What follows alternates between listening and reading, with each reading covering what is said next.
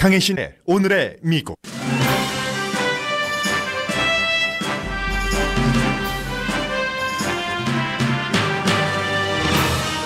문재인 후보가 현재 한국 차기 대통령이 될 것 같다고 워싱턴 포스트가 보도했습니다.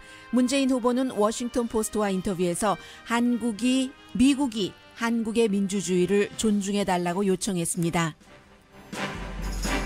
워싱턴 포스트는 오늘 세 개의 남북한 관련 기사를 실었습니다.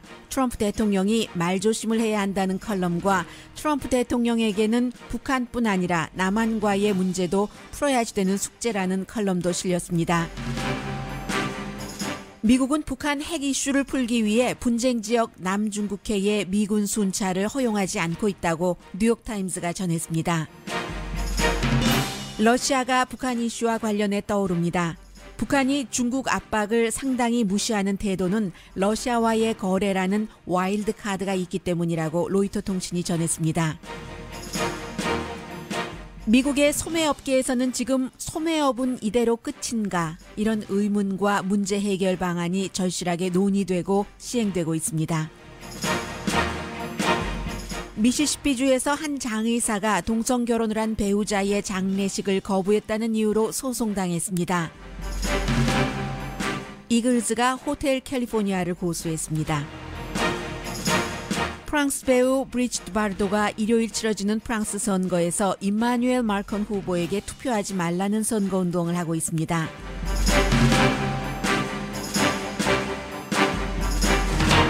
여러분 안녕하십니까? 오늘의 미국 강희신입니다.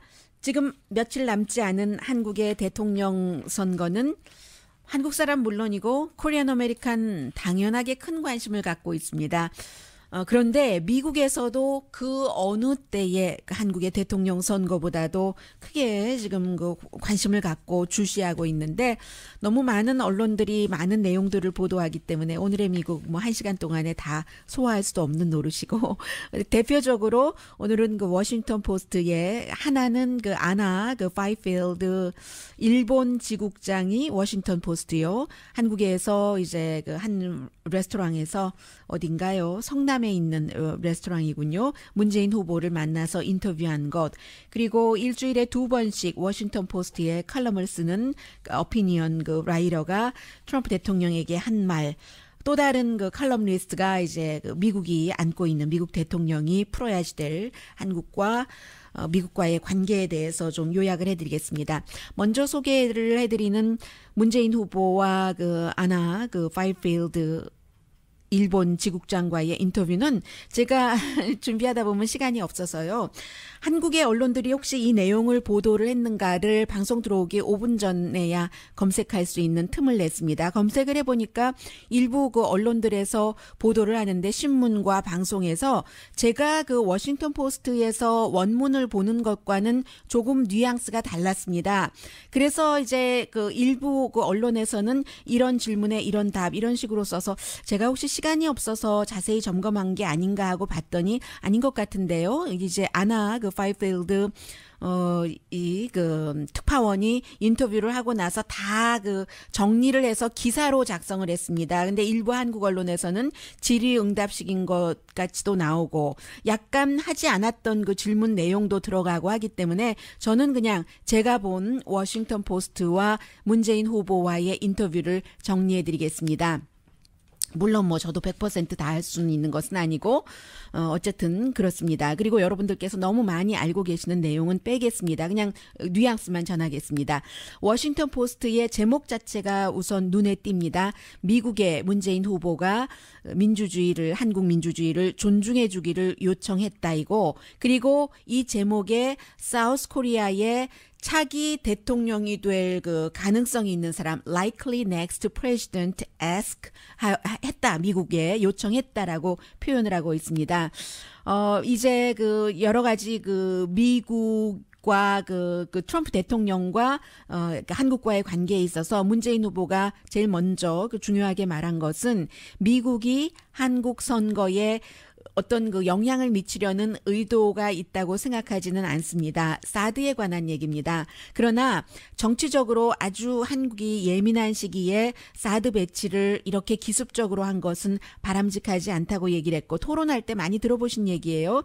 충분히 그 민주주의 과정을 거쳐서 환경조사 또 그 청문회 이런 것 없이 한국인의 그 시각을 더 많이 반영을 했다면, 그리고 한국인들이 충분히 그 사드에 관해서 연구를 해볼 수 있는 정도의 시간이 있었다면은 미국을 더 신뢰할 텐데 그 점이 아쉽다고 얘기를 했습니다. 미국에서라면 과연 이런 그 민주적인 과정, 국회 비준 없이 이 같은 그 중요한 이슈를 단독적으로 그 결정할 수 있는가라고 오히려 워싱턴 포스트의 일본 특파원에게 반문을 했습니다. 사적으로 말하자면 한국인들이 굉장히 그 분노하고 있다는 뭐 앵그리 정도가 아니라 furious라는 단어를 썼습니다.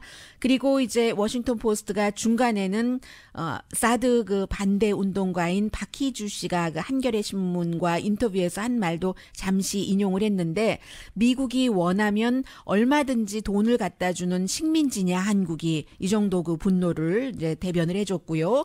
그리고 심지어는 이 사드 배치에 대해서는 한국의 보수 신문들도 뭐 10억 달러 내라 이런 것 등에 대해서 뭐 조선일보라든가 동아일보도 사설 등에서 그 트럼프 대통령이 입조심하는 게 좋다라는 식의 그 의견을 그 피력했다고 전하고 있습니다.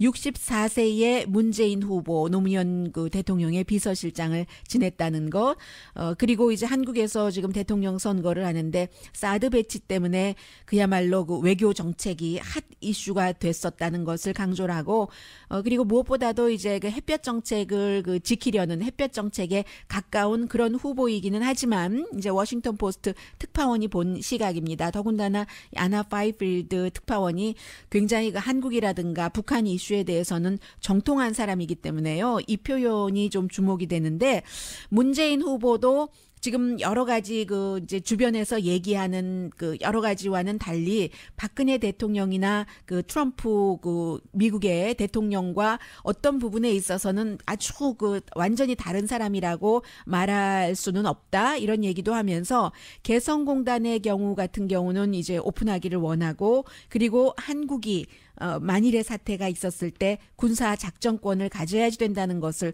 워싱턴 포스트와 인터뷰를 했다는 것은 미국에 대고하는 말이잖아요. 아마 이 인터뷰는 당연히 도널드 트럼프 그 대통령에게도 브리핑이 됐을 겁니다. 본인이 그 풀 페이지를 다 읽든지 아니면 브리핑 정도는 받는다고 생각이 되는데, 그리고 이제 이게 이제 가장 또 이슈가 한국에서 됐었던 부분인데요. 미국과 그 한국과의 동맹 관계를 재검토하겠느냐라고 물어봤을 때는 no라고 단호하게 답했다고 얘기를 합니다. 한국의 민주주의와 국가 안보에 미국은 가장 그 중요한 기반이고, 지금까지 한국의 민주주의가 이뤄온 그 과정과 여러 가지 미국의 도움에 대해서 감사하며 앞으로도 함께 그 나아가야 된다고 얘기를 했습니다. 그러나 한반도 문제에 대해서는 한국이 주도권을 갖기를 원한다는 것을 분명히 표시를 했습니다. 뒷좌석에 앉아서 중국과 미국이 하는 것을 보고 있는 것은 바람직하지 않습니다.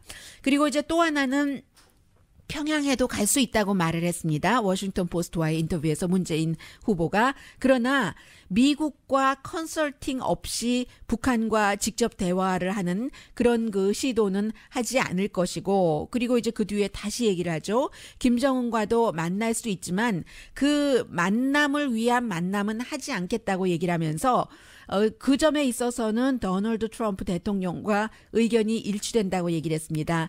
트럼프 대통령도 뭐 김정은을 뭐 만날 수도 있다라고 했지만 그 적당한 조건이 된다면, 상황이 마련되면 만나겠다고 했고, 본인도 마찬가지라는 얘기입니다. 그리고 또 하나 그 트럼프 대통령과 공통점이 있다면 이것은 그 워싱턴 포스트의 특파원이 지적을 한 겁니다. 오바마의 북한에 대한 전략적 인내는 실패다라는 이런 그 공통적인 시각을 갖고 있다고 했고, 그리고 지금 문재인 그 대통령 후보가 트럼프 미국 대통령이 일반에 알려진 것보다는 훨씬 합리적인 사람이라고 생각을 한다. 말은 강하게 하지만 뭐 여러 가지를 보면은 그렇다는 얘기예요. 뭐 물론 또 북한과의 이슈에 있어서 트럼프 대통령과 그 본인의 입장에 차이가 있기도 하지만 그러나 그 차이보다는 그 커다란 점에서 앞서 말씀드린 공통점 같은 것이 있다는 얘기고요. 그리고 이제 그 아나 그 파이필드 특파원이 마지막에 이제 그 뭐 결론 같은 그 말을 쓰는 것을 보수 대통령과는 다르지만 이 문재인 후보가 그렇지만 이제 두 나라 관계에는 크게 미국과 한국 변화는 없을 것이다. 왜냐하면 공통의 그 적 북한이라는 이런 풀어야지 될 숙제가 있기 때문에 하는 것을 이제 한국의 북한 문제 전문가 서울대학교의 그 정치학과 교수군요. 강원택 교수의 말로 기사를 마무리를 하고 있습니다.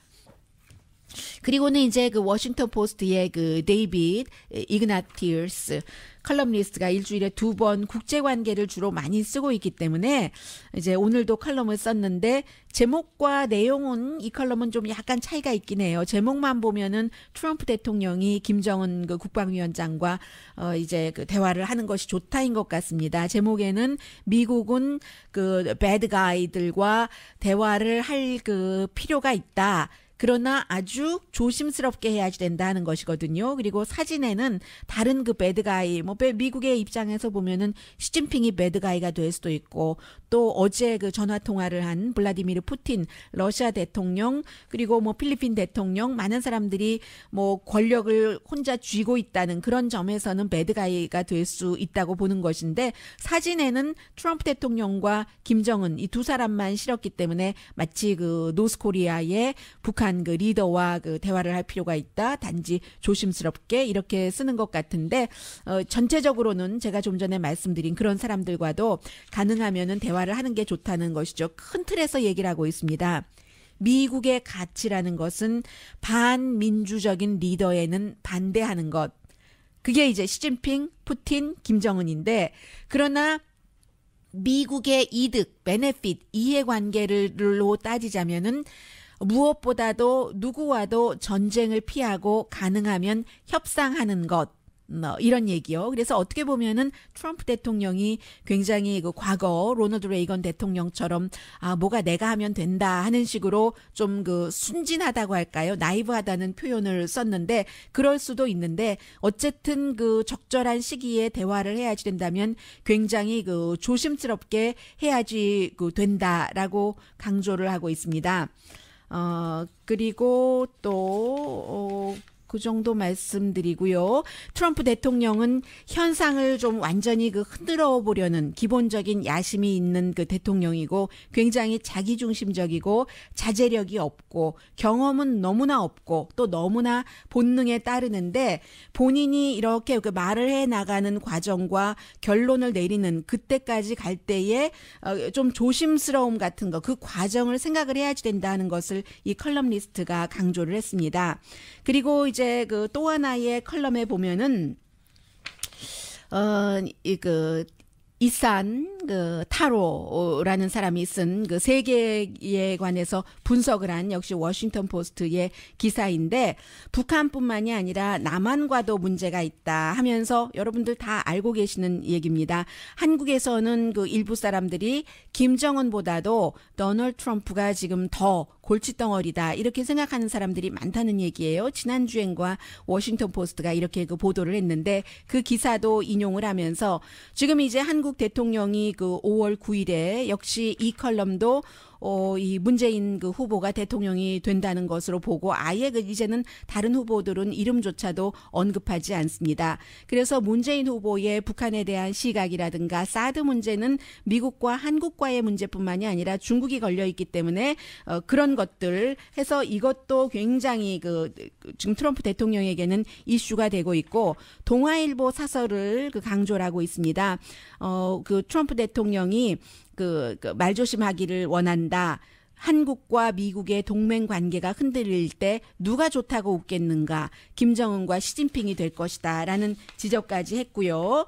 그래서 이제 지금 한국에서는 도널드 트럼프라는 사람이 어떤 사람인가 하는 것 한창 지금 분석에 들어가 있다라는 그 내용을 얘기를 하고 있습니다. 그리고 오늘 그 의회 신문 더 힐에 보면은 또 다른 그 북한 문제 전문가라고도 볼 수 있고 그냥 뭐 어피니언 리더라고 볼 수 있는데 이 사람은 덕 밴더라는 사람인데 만약에 그 미국이 북한과 전쟁을 치른다면 의문표를 달고는 그 가능성이 영 없는 것이 아니기 때문에 지금 한국으로부터 미군을 철수시켜야지 된다. 심각하게 이 문제를 고려해야지 된다라는 얘기까지 나오고 있습니다. 그리고 가장 오늘 좀 관심이 가는 기사 가운데 하나가 기사 두 개인데요. 하나는 왜 미국이 지금 계속 그 오바마 대통령 시절에 해왔었던 그 남중국 해역, 필리핀과 그 해역 그 분쟁이 있는 그곳에서 미군의 순찰을 허락해주지 않고 있는가, 누가 허락해주지 않는 것인가 이것과 또 하나는 북한이 왜 그렇게 중국말을 듣지 않는가, 북한과 러시아와의 관계, 경제 문제, 또 보스톡에서 그 북한 사람들은 어떻게 살고 있고 이런 것이 이제 그 북한 핵 이슈와 굉장히 연관이 된다는 것인데 제가 요즘 가능하면 앞부분을 좀 짧게 하고 있습니다. 이 부분은 잠시 뒤에 또 그 재미도 있고 의미도 있는 미국 뉴스와 함께 전해드리겠습니다. 라디오 서울 방송 오늘의 미국 듣고 계십니다. 지금 그 백악관에서 트럼프 대통령과 무하메드 아바스 그 팔레스타인 그 지도자가 정상회담을 갖고 공동 그 기자회견을 하고 있습니다. 그런데 이제 미국이 그 팔레스타인에 어떠한 그 지원까지도 한다 이런 것도 얘기를 했고 팔레스타인과 이스라엘이 함께 일을 해야지 된다는 얘기도 하고 있는데요. 잠시 일단 좀 얘기를 들어보겠습니다. أشكركم على دعوتكم الكريمة 영어가 아니라 못 알아듣겠네요. وأتطلع إلى العمل مع سيادتكم للتوصل إلى هدفنا المشترك بتحقيق. 네, 이제 그 나중에 그 영어로 번역이 되는 말 나올 때 전해드리겠습니다. 트럼프 대통령이 이제 대통령이 된 지가 100일이 넘었고 대통령이 되고 나서 가장 먼저 방문한 사람 가운데 한 사람이 이스라엘의 그 벤자민 네탄야후 총리잖아요. 그것에 비한다면은 지금 미국이 이스라엘을 대하는 것과 이 팔레스타인 그 대통령을 그 무하메드 아바스를 오늘 초대를 했으니까 거의 뭐 100일은 아니지만 뭐 적어도 90일 정도 90일 아니면 80일 정도는 차이 있을까요? 그런 것을 보면은 미국의 그 입장은 충분히 그 알 수가 있고 그러나 오늘 좀 전에 잠시 여러분들 그 광고 나가는 동안에 들어본 거 보니까 미국 대통령이 어떠한 그 팔레스타인에 협조를 할 수 있는 일이 있으면은 협조도 하겠다. 뭐 경제적으로도요. 그런 것도 얘기를 했고 그런 것이 이제 미국이 원하는 그 중동의 평화를 위해서 함께 일하겠다는 좀 부드러운 얘기를 한 것을 좀 들었습니다. 그리고 이제 어제 그 블라디미르 푸틴 그 러시아 대통령과 30분 동안 전화 통화를 했는데 클레밀린에서는 뭐 비즈니스 라이크 컨버세이션이었다고 얘기를 하고 건설적이었다라고 얘기를 하지만 그러나 이제 완전한 그 합의는 아니었다는 게 전반적인 그 전문가들이 보고 있는 그 시각입니다. 그래서 이제 그 푸틴 대통령과는 누구보다도 먼저 초대하고 뭐 먼저 각오할 것 같더니 지금 그 트럼프 대통령이 그 3개월이 지났는데도 해외 방문은 가까운 뭐 북미라든가 남미 지역도 한 번도 안 갔고 블라디미르 푸틴도 초대받지 못했고 지금 뭐 선거에 영향을 미쳤느니 아니니 하니까 그런 것도 그 조사도 받고 하니까 미국에 올 수도 없는 입장이고 며칠 전에 트럼프 대통령이 이제 취임 100일을 맞아서 하는 인터뷰에서 CBS 기자가 이제 그 러시아와의 뭐 도청 문제, 선거 개입 문제 이런 것에 대해서 물으니까는 일어나더군요. 그냥 벌떡 일어나서 뭐 땡큐하고 인터뷰를 끝내버리던데 그러니까 그 푸틴 대통령이 여기에 올 수도 없는 문제고 어제 제일 먼저 얘기를 한 것은 아무래도 그 시리아의 대통령과 푸틴 대통령이 친하기 때문에 친한 게 뭐 개인적으로 꼭 친하다기보다 그 지정학적인 위치에 따라서 러시아가 영향력을 넓히려면 또 그 시리아가 필요하고 그런 것이겠죠. 그래서 이제 시리아의 그 본거지가 있는 아이시스와 싸울 때는 러시아의 도움이 필요한 것이고 해서 그 부분에 대해서 얘기를 했고, 그리고 이제 두 번째로 북한 이슈에 대해서 얘기를 했다는 것인데, 북한 이슈에 대해서는 로스앤젤레스가 한국에서 해외로 나가 있는 한국 사람들이 가장 많이 사는 곳인데, 북한에서 북한 밖에서 가장 많은 사람들이 사는 곳은 러시아의 블라디보스톡입니다. 블라디보스톡과 그 북한과 국경이 뭐 미국식으로 따지면 뭐 한 60마일 조금 넘을까요? 그 정도밖에 되지 않으니까 미국과 중국이 지금 그 북한에 대해서 공통적인 의견, 점점 그 의견을 조율하고 있고, 또 그 심지어는 어제 어느 언론이 보도를 했었죠? 뉴욕타임스였었죠. 중국도 미국이 그렇게만 그 떨어져만 있지 말고 북한과 좀 직접 대화도 해봐라. 우리가 분위기는 조성하겠다. 이런 언지를 시진핑 중국 국가주석이 트럼프 대통령에게 줬기 때문에 트럼프 대통령이 갑작스러운 듯 보이기는 하지만 뭐 김정은과 조건이 맞으면 대화도 할 수 있지라는 말을 했다는 것 아니겠어요? 그런데 북한이 계속 그 중국의 말을 듣지 않고 뭐 중국과 완전히 그 대등하게 어떤 땐 중국을 당혹스럽게도 만들고 국제사회에서 그렇게 하는 것은 러시아가 있기 때문이다. 러시아가 와일드 카드를 어느 정도 할 수 있을까? 지금 이미 하고 있는데 이게 이제 오늘 그 로이터 통신이 보도를 한 점입니다. 특별한 역할을 하고 있다는 겁니다. 올해 그 음력설에 김정은이 가장 먼저 이제 새해 카드를 보낸 사람이 중국이 아닙니다.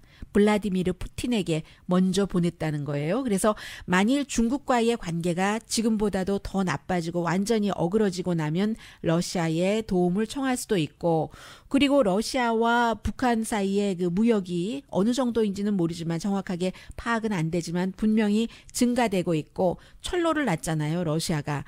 그래서 교통 관계는 당연히 이제 기간 산업이 이루어지고 있으니까 또 다음 주에 새로운 그 페리 서비스가 시작이 된다고 하죠. 뭐 일주일에 한 달에 6번이니까 뭐 일주일에 한 번은 적어도 되는군요.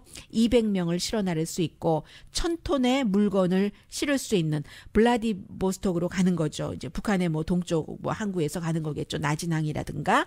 오일 탱커도 보였다. 그래서 오일이 러시아로부터 북한으로 들어갔는지 확인되지는 않지만 오늘 그 로이터 통신의 보도입니다. 올해 초에 이미 러시아 관계자가 평양을 방문을 했고 열차 이런 것에 대해서 여러 가지 뭐 협력을 해서 뭐 그 나진항과 뭐 또 러시아가 만든 뭐 철로 이런 거 다니는데 석탄 또 오일 제품 같은 것은 이미 러시아와 그 북한 사이에 교환이 그 되고 있고, 그래서 북한이 중국의 압력을 개의치 않는 것이다. 러시아가 있으니까라고 보도를 합니다. 전문가의 말을 실어서요. 그 오스트랄리아의 국립대학교의 그 레오니드 페트로프 러시아계인 것 같군요. 그 교수가 한 얘기입니다. 평양은 그 아주 오래 전부터 중국과 러시아가 경쟁하게 만드는 겁니다. 평양은 중국과 러시아에 비하면 땅은 뭐 지도에서 보면 정말 비교할 수 없을 정도고, 워낙에 또 중국과 러시아가 광활한 대지의 그런 곳이니까요. 그리고 광활한 대지라는 것은 자연 그 어떠한 그 자원 같은 것도 굉장히 그 많은 곳이라는 거잖아요. 뭐 중국 인구도 많고 한데 그 작은 그 북한이 중국과 러시아를 싹 그 경쟁을 하게 하는데, 북한을 누가 더 많이 돕느냐. 그리고 대신 너희가 뭐 북한에 우리가 지정학적인 그런 그 요충지이긴 하지만 전략적 영향을 뭐 미칠 수도 있다는 것을 굉장히 그 평양이 잘하고 있다는 얘기입니다. 뭐 블라디보스톡에 살고 있는 북한 사람들이 그 매달 북한에 돈도 보내고요. 그래서 지금 미국이 유엔에서 그 북한에 대해서 더 강한 제재와 고립을 해야 된다라고 주장을 할 때 러시아가 뭐 유엔 결의안에 대해서 반대할 뜻은 밝히지 않았지만 어디까지 그 북한 숨통 조이기를 할 것인가 이런 것을 모르고 그 사이에 북한에 관한 이슈에서 러시아와 트럼프 대통령 어제 30분 동안 통화한 것에서 합의는 없었다고 로이터 통신이 보도를 하고 있습니다. 또 옥스퍼드 대학교의 러시아 전문가 사무엘 라마니 교수가 얘기하기를 이 평양을 돕는 게 모스크바에도 도움이 된다고 얘기를 합니다. 도움이 되지 않으면 하겠어요? 왜 도움이 되냐면은 러시아도 서방 세계에서 뭐 할 수 없이 테러와의 전쟁 때문에 협약 같은 것을 하고 있고, 그래도 믿을 수 없는 그 블라디미르 푸틴이야 하다가도 리셋 버튼을 누르고 하는데, 그런 러시아로서도 우리도 서방 세계 이외에 우리와 정말 신뢰할 만한 국가 관계를 맺고 있는 나라들이 있다는 것을 보여주고 싶어 한다는 겁니다. 현재로서는 이란 있고 또 시리아, 뭐 이쪽에 그 미국 쪽으로 오면은 베네수엘라 정도인데, 여기에 이제 그 북한도 중국보다 러시아와 더 가깝게 할 수도 있는 것인가, 뭐 이런 것이요. 그래서 중국이 완전한 오일 수출을 북한으로 그 금지시키는 것도 러시아가 있기 때문에 하지 못하고 이제 그 북한은 그런 것을 잘 이용한다는 얘기를 하고 있습니다. 2년 전에 중국이 여객기 그 연료 공급을 북한에 대해서 중단했었을 때, 그때 모스크바가 딱 받아서 또 해줬다는 것 아니겠어요? 근데 이제 지금 문제는 이 부분입니다. 러시아와 북한이 많은 것을 그 물건이라든가 오일 같은 것을 거래하기 힘든 것이 외환 거래로 해야지 되는 이런 부분이 있기 때문인데, 그래서 미국에서는 이것을 더 그 조이려고 하고 있고요. 그 사이에 이제 그 블라디보스톡이 한 100km 떨어졌으니까 60마일 떨어진 건 맞네요. 북한과의 국경에서. 여기에 이제 한 60만 명이 그 살고 있는데, 그 가운데 이제 북한 사람들이 뭐 많이 살고 있겠죠. 주로 이제 건축 일을 많이 한다고 하는데, 건축 뭐 신축하는 것이나 보수하는 것 하고, 대부분 사람들이 뭐 로이터 통신과 인터뷰를 한 남자도 있어요. 30대에 좀 마른 남자라고 하는데, 하루 일하면 뭐 $70를 벌고 북한으로 그 자신의 수입도 보내고, 예전에 미국에서 이민 온 사람이 한국에 돈 보내듯이 그런 것을 블라디보스톡에서 그 북한으로 하고 있다는 거죠. 이 사람은 11년 동안 지금 러시아에 살고 있는데 김일성 배지를 가슴에 달고 있고, 여기선 돈이라도 벌지 하면서 북한보다 낫다는 얘기를 하는데, 이제 그 사이에 만경봉 페리가 이렇게 딱 블라디보스톡과 이제 북한 사이를 오고 가고 하면서 이제 러시아와 북한은 외환 거래 그 수출에 있어서의 이런 문제를 어떻게 해결할 것인가를 보고 있다는 얘기입니다. 그래서 이제 러시아가 와일드 카드가 될 수 있다는 것이고요. 그리고는 오늘 그 뉴욕 타임스를 보면은 스카베로 암초, 거기에 이제 그 인공섬, 그 아름다운 그 자연 그 섬에 그런 것을 만들어서 중국이 그 군사기지로 하겠다는 것 아니겠어요? 누구나 이제 다 알고 있는.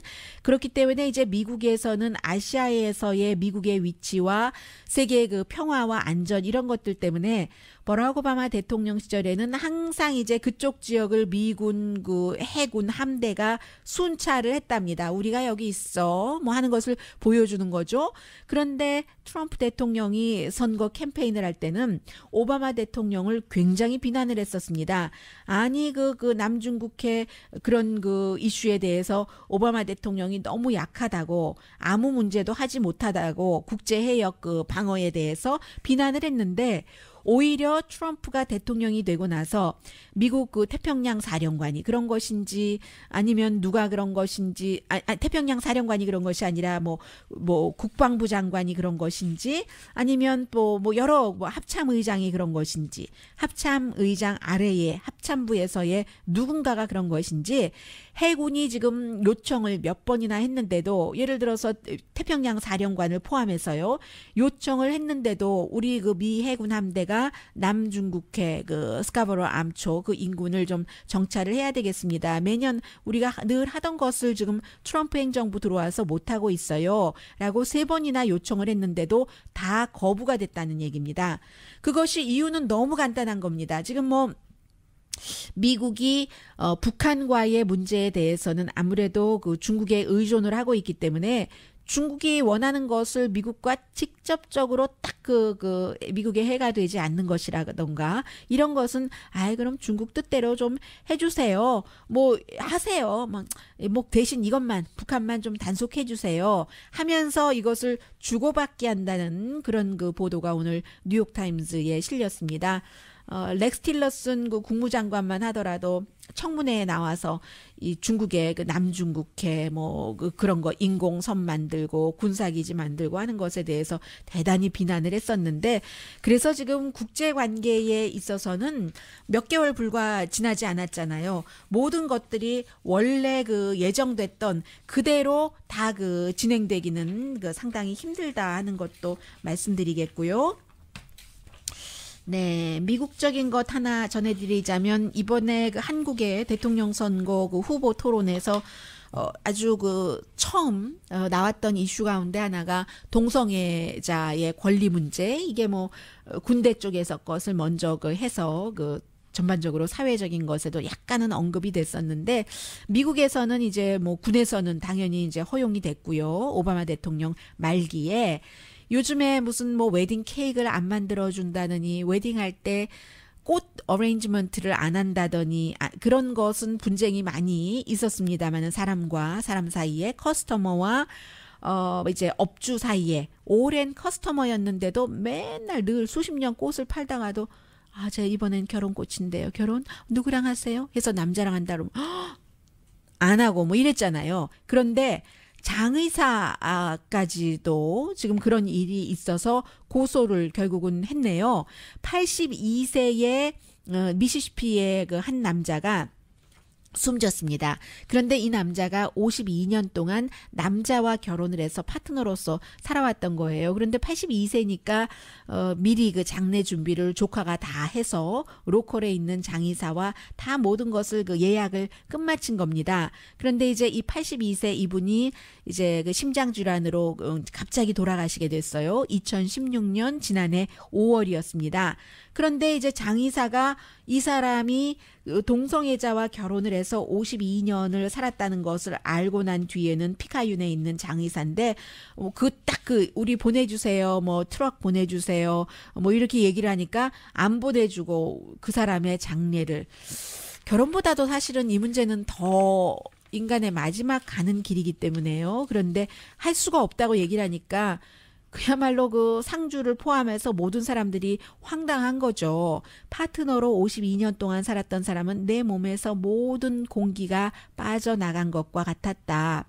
그는 내 인생의 전부였다라고 얘기를 하는데, 널싱홈에서 숨졌기 때문에 그 널싱홈에서도 뭐 오래 그곳에 이제 시신을 그대로 계시게 할 수 없으니까 다른 지역의 장의사를 찾았어야지만 됐기 때문에 예약했던 거 다 포기를 하고 90마일 떨어진 곳에서 결국은 장례를 치렀는데, 어제 이 장의사와 이 장의사의 모 회사를 이제 그 파트너가 고소를 한 겁니다. 우리가 참 그를 떠나보낸 것도 슬펐는데 이 장의사가 얼마나 많이 우리에게 고통을 줬는가. 그리고 이것은 차별이다 하는 것인데, 이러한 것들도 미국에서 주마다 약간 달라서요. 미시시피 주만 하더라도 굉장히 좀 보수적이잖아요.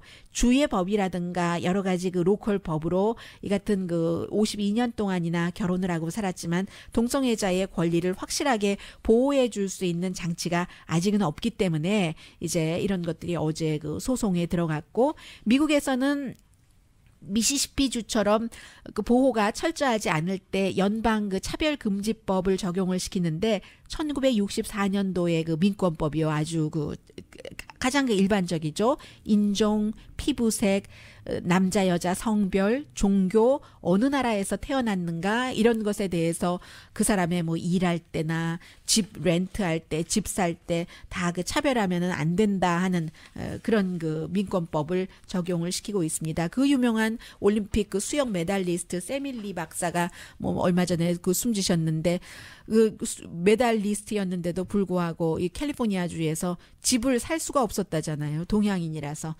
지금 많이 좋아지기는 했습니다만 완전하지 않기 때문에 미국에 살고 있는 소수 인종들이 전부 굉장히 중요하게 싸우고 있는, 노블한, 아주 거룩하게 싸우고 있는 이슈죠. 자, 잠시 뒤에는 세계의 소매업계가 다 똑같이 겪고 있는 문제이기도 한데, 미국에서 조금 더 일찍 시작해서 뭐 구체적인 일들, 그리고 어떻게 또 이 어려움을 겪고 있는가 하는 것들 전해드립니다.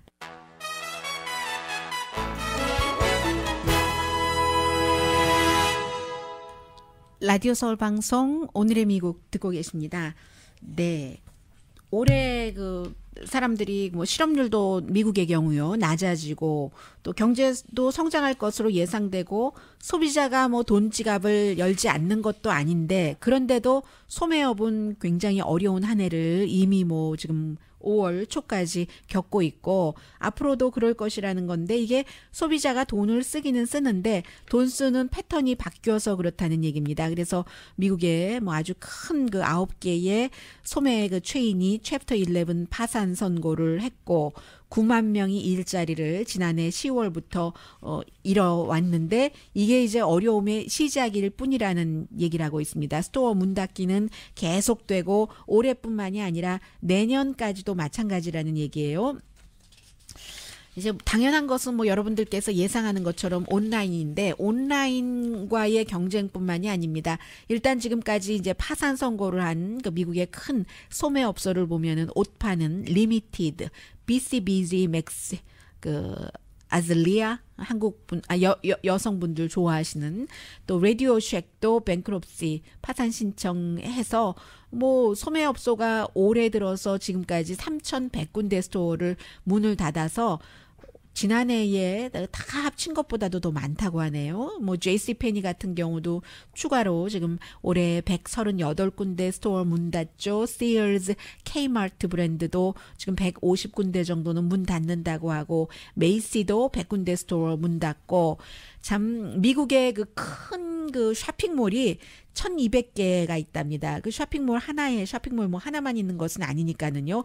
그런데 이제 보통 사람들이 기본적으로 분석하기는 이런 미래를 예측하지 못하고 너무나 많이 이 소매 그 커다란 그 몰들을 개발을 해서 지금 이런 문제가 오고 있다. 해서 이제 몇 년 전부터는 그런 큰 몰이 뭐 오피스가 들어가더니 거기에 요즘에 아파트먼트까지 만든대요. 개조해서 뭐 체육시설 이런 것은 뭐 당연한 것이고요.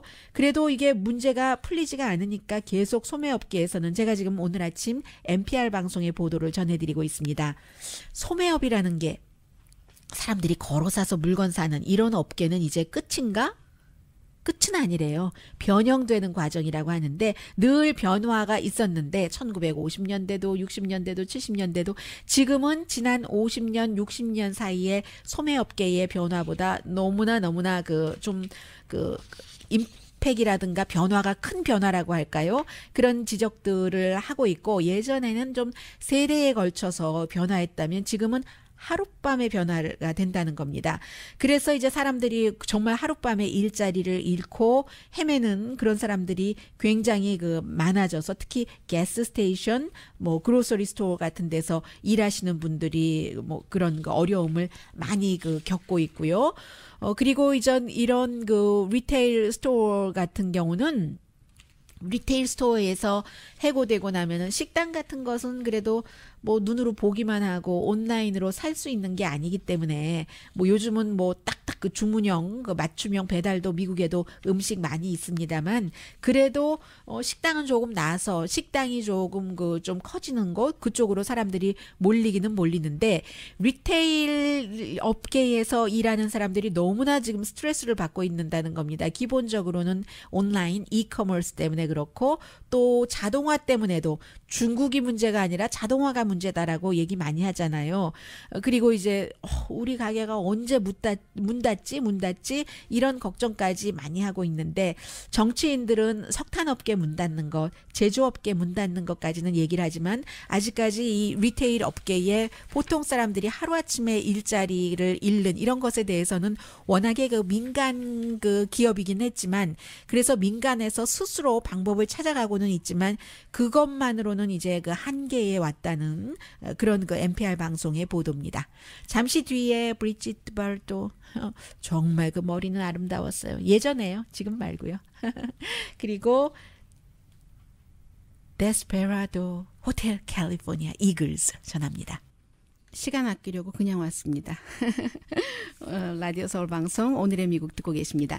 이글스 그 호텔 캘리포니아를 어제 그 월요일에 로스앤젤레스 법원에 고소를 했습니다. 그런데 캘리포니아에 있는 호텔이 아니라 멕시코 그 바하 캘리포니아에 있는 호텔이랍니다. 원래 1950년도에 이 호텔이 이름을 그렇게 지었었고 이글즈의 호텔 캘리포니아는 1976년도에 발표가 됐는데 그 사이에 이 그 멕시코에 있는 호텔은 주인이 많이 바뀌었다가 최근에 캐나다 커플이 다시 그 주인이 바뀔 때마다 이름 바꿨는데 원래의 호텔 캘리포니아 이름으로 갔는데 사람들이 거기 가서는 아 여기 이글스의 호텔 캘리포니아가 아닌가 하고 혼돈해서요 많이 그 불만을 한대요. 왜냐하면 호텔 로비에 호텔 캘리포니아 음악도 흐르고 그런데 원래 그 베버리힐스 호텔이 이 그 앨범 자켓에는 나오고 그런데 이글스는 그 호텔을 얘기한 것도 아니라고 하잖아요. 그래서 베버리힐스 호텔이 우리 무단으로 그 사진 썼다 해서 고소하려고 하다가 갑자기 호텔 손님이 많아져서 고소 안 했다는데 어쨌든 멕시코 호텔은 이글즈로부터 고소당했습니다.